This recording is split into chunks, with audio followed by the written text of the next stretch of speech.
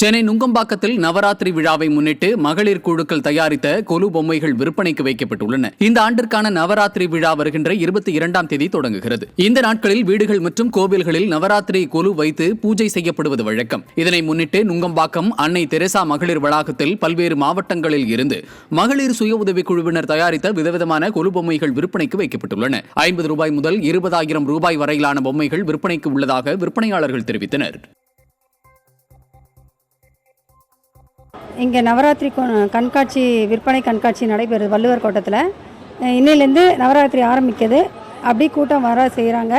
இன்னும் நிறைய பேர் வருவாங்கன்னு எதிர்பார்க்குறோம். இந்த 3 நாளில் சேல் ஆகும்ன்ட்டு.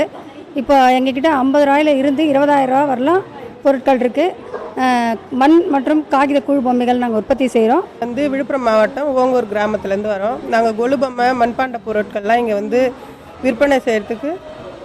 விற்பனை செஞ்சு கண்காட்சிப்படுத்துறதுக்கு வந்திருக்கோம். இது நாங்களே செய்கிற ப்ராடக்ட்ன்றதுனால மக்களுக்கு ஹோல்சேல் ப்ரைஸில் கம்மி ரேட்டில் கொடுத்துட்ருக்கோம். இங்கே நிறைய ஐட்டம் புது ஐட்டம்லாம் நாங்கள் எடுத்துகிட்டு வந்திருக்கோம்.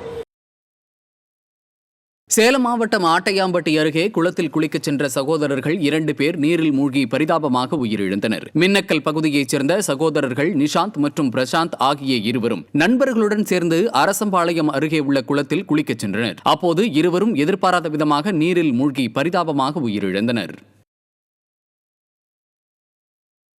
கடலூர் மாவட்டம் புவனகிரி அருகே அம்மன் குப்பம் கிராமத்தில் சாலையில் மழைநீர் தேங்கி சேரும் சகதியுமாக காட்சியளிப்பதாக அப்பகுதி மக்கள் குற்றம் சாட்டியுள்ளனர்.